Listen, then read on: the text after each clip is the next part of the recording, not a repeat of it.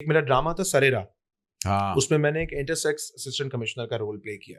वो role initially मुझे नहीं ऑफर हुआ था, मुझे उसमें दूसरा रोल ऑफर हुआ था। जी। तो क्या मतलब कहा था कि भाई मैंने ये करना है? मैं यही आपको बताने लगा हूँ, मुझे वो रोल नहीं ऑफर हुआ था इनिशियली। मुझे दूसरी एपिसोड का दूसरा एक लड़के का कैरेक्टर हुआ था, तो वो जब मैंने पढ़ा, मेरी आदत है, मैं रीडिंग मुझे बहुत शौक है, मैंने जब एपिसोड पढ़ा तो एंड में ये इस कैरेक्टर की एंट्री हो रही थी, ये इंटरसेक्स असिस्टेंट कमिश्नर वाले कैरेक्टर की। मैंने पढ़ के मैंने अब्दुल्ला सज्जा को फोन किया, मैंने यार ये, अच्छा पहले अब्दुल्ला सज्जा को फोन नहीं किया था, पहले अहमद भट्टी को फोन किया, डायरेक्टर जो थे, उनको मैंने बोला भट्टी भाई ये अगली एपिसोड भेजो। कहता यार वो तेरे लिए नहीं है, वो तुझे मतलब नहीं ऑफर हुई थी। मैं आप भेजो, मैंने पढ़नी है। मैंने पढ़ी, मैंने भट्टी भाई ये कैरेक्टर मैं करूंगा। कहता यार वो असल में हम किसी को कास्टिंग जो है, दे चुके हैं, कास्टिंग जो है वो यहाँ नहीं हो रही है उस तरीके से, यूएसएडी वाले कर रहे हैं। और मैं लगा यार ये कैरेक्टर मैंने करना है, बिकॉज ये इतना मुश्किल कैरेक्टर है और मुझे देखना है अपने आप को कि यार मैं कहाँ तक जा सकता हूँ परफॉर्मिंग आर्ट्स। आई ड्रीम्स का ये प्रोजेक्ट। तो खैर बहरहाल मैंने वो स्क्रिप्ट पढ़ के वो कैरेक्टर जो है वो रात में हमारा पैक, अच्छा उस टाइम पे हम शूट कर रहे थे लाहौर में, एक कलंदर मेरा ड्रामा है तो उसकी शूट चल रही थी। अच्छा उसमें मेरा एक हैवी बियर्ड मैंने रखी हुई थी, वो मेरा लुक था। रात में हम लोग आए फ्री होके 2:30-3 बजे, तो मैंने अपने असिस्टेंट से कहा कि यार ये फोन ले लो मेरा, और ये स्क्रिप्ट की एक सीन जो है ना ये मैंने परफॉर्म करना है, ऑडिशन देना है। किसी ने अभी तक मांगा भी नहीं है अभी तक ना।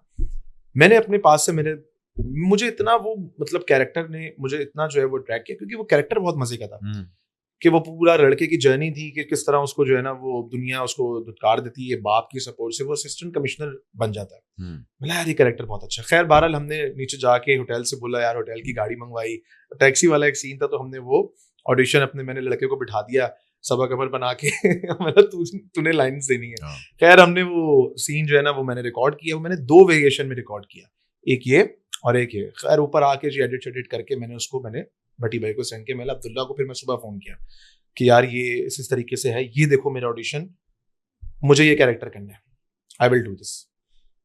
ठीक है, उसने बोला ठीक है यार, ऑडिशन अब्दुल्ला की बात बड़ी अच्छी है, अब्दुल्ला भी आपको मार्जिन देता है।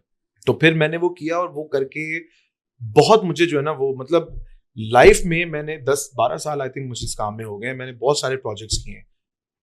मैं जिंदगी में कभी भी एक्टिंग करते हुए रियल में रोया नहीं हूँ। मुझे पता है, मैं अगर आप मुझे अभी बोलेंगे मैं आपको 30 सेकंड के मार्जिन पे मैं आपको आंसू निकाल के दिखा दूंगा, मेरी इतनी जो है वो मेरा दिमाग और इमोशंस जो है वो अलाइन हो गए, लेकिन मैं कभी रियल में रोया नहीं हूँ। क्या सोचता मेरी शादी होगी? सोचते कुछ भी नहीं है सोचे। अच्छा। तो वो एक वाहिद ड्रामा है सरेरा जिसमें मैं वाकई में मैं रो गया, और मैं इतना रो गया उसके अंदर कि उसमें एक सीन है जिसमें नबील भाई जो मेरे फादर का कैरेक्टर प्ले कर रहे हैं, वो पूरे एपिसोड के अंदर वो यही चाह रहा होता है, ये लड़का जो ये कैरेक्टर है, कि यार मैं बन जाऊं और बाप को दिखा दूं एक दफा कि पापा आपने मुझे पूरी लाइफ सपोर्ट किया, मैं बन गया हूं, अब मुझे देख लो। और वो बाप नहीं देख पाता।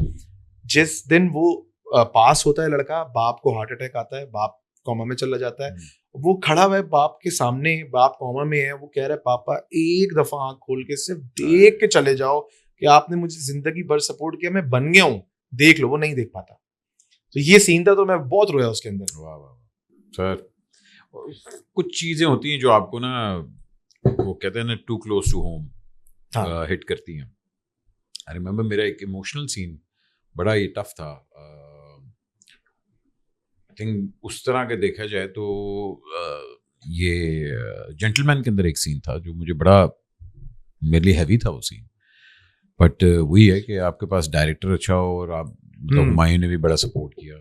फिर अभी लव गुरु के अंदर जो लास्ट सीन था, नदीम ने मुझे स्पेशली कहा था कि मुझे इस तरह चाहिए, मुझे फ्लैट चाहिए, ये बिल्कुल तुम्हारा जो एक्सप्रेशन आता है ना, मैं लाउड बंदा हूँ क्या, मतलब उस तरह।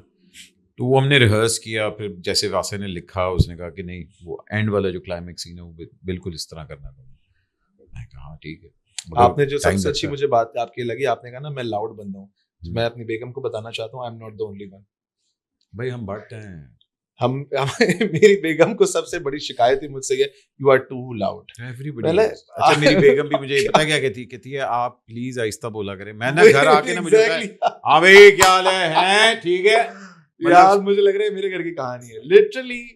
हमारा यही, मेरी बेगम का सबसे बड़ा जो मुझसे उसको शिकायत है, वो कहती है तुम्हें जहां तुम्हारे साथ चले जाओ, जाते के साथ ही तुमने हाँ भाई क्या हाल है, अरे यार क्या हो गया, आराम से रिलैक्स बंदा जाता है डिसेंट तरीके से, अस्सलाम वालेकुम जी कैसे, मतलब यार ये नहीं है grand entrance, you need to make your presence मतलब फेल्ट एवरीबडी के, सबको बता दो मैं फील हो कि भाई आ गया है। आ और गया। खैर अल्लाह का शुक्र है, आवाज वगैरह रोब वगैरह ये सारा कुछ है, but that's who we are sir, हम लोग क्या अब करें। तो हम बात कर रहे थे कि को स्टार्स की, ठीक है जी, do you have a preference को स्टार से? पहले मैं ये जरूर चाहूंगा, क्योंकि हमारे एक्टर्स का ये बड़ा होता है कि यार अच्छा मैं एक सर्टन प्रोडक्शन हाउस के साथ मैं कंफर्टेबल हूँ। हमारे यहाँ बड़ा होता है ना कि भाई मैं सिर्फ इन प्रोडक्शन के साथ काम करता हूँ, मैं सिर्फ सिक्स सिग्मा के साथ काम करता हूँ, मैं सेवन स्काई के साथ काम करता हूँ, और फिर वो भी कहते हैं कि आप किसी और के साथ काम नहीं करेंगे, आपको तो हमने बनाया है। तो लॉबी को किस तरह अवॉइड करते हैं, या लॉबी को एंजॉय भी करते हैं? नहीं, मुझे नहीं लगता इसमें लॉबी है, क्योंकि अच्छा है क्या, हमारी फील्ड में कुछ ऐसे एक्टर्स हैं जो जिन्होंने स्टार्ट किया है अपना करियर 2010-11 में, ठीक है, वो सबके दोस्त हैं, वो सबके साथ हैं। जो नए लोग आते हैं, वो जाहिर सी बात है, अब एक नए लड़के को या एक नई लड़की को अगर कोई चैनल, कोई प्रोडक्शन हाउस हीरो या हीरोइन बना रहा है, इन्वेस्ट कर रहा है उसके ऊपर, आपको उस तरीके से इसको समझना है कि यार आप एक नए बंदे हो, आप में टैलेंट होगा, आप बहुत अच्छे एक्टर होगे, लेकिन आपको अपॉर्चुनिटी मैं दे रहा हूँ, कोई भी प्रोडक्शन हाउस दे रहा है, तो ऑब्वियसली एक इंसानी फितरत है कि वो एक्सपेक्ट भी करता है कि यार ये बंदा मेरा आज मैं इसके साथ खड़ा हो रहा हूँ, तो कल जब ये कुछ बनेगा तो ये भी मेरे साथ खड़ा होगा। बिल्कुल। तो ये वाइस वर्सा थिंग है कि इसमें सिर्फ एक्टर्स नहीं है, प्रोडक्शन हाउस की भी आप मगर फिर इसमें ये भी आता है ना कि फिर वो ये भी आता है कि चलें मैं भी आपको काम नहीं दे रहा, मगर मैं आपसे ये एक्सपेक्ट करूं कि आप दूसरे का काम नहीं करेंगे, आपको तो हम बना रहे हैं। ऐसा कहीं मेरे साथ अल्हम्दुलिल्लाह ऐसा कहीं नहीं हुआ। मुझे जितने भी प्रोडक्शन हाउसेस के लोग हैं, जितने भी हमारे प्रोड्यूसर्स हैं, मेरे साथ उनका रवैया बहुत ही अच्छा है, और मुझे सब मेरे बहुत अच्छे दोस्त हैं। मतलब ऐसा नहीं है कि, और मुझे आज तक कभी किसी ने ये नहीं बोला कि उसके साथ काम नहीं करना, या उसके साथ मैंने कभी ये चीज। मगर इसमें ये होता है कि do you have a preference कि अच्छा भाई मुझे हमने प्ले ऑफर किया है या मुझे ARY ने पहले ऑफर किया, तुम मतलब मेरा प्रेफरेंस जो है वो डिपेंड करती है ड्रामा और कैरेक्टर।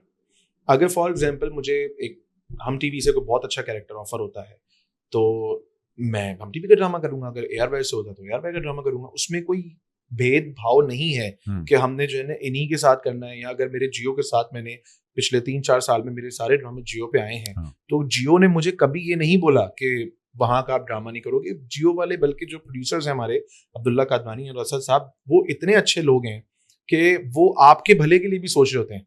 कई दफा ऐसा होता है कि अब्दुल्ला भाई जो है, असद भाई जो है, वो हमारे फायदे की बात करते हैं, हमारे भले के लिए सोचते हैं।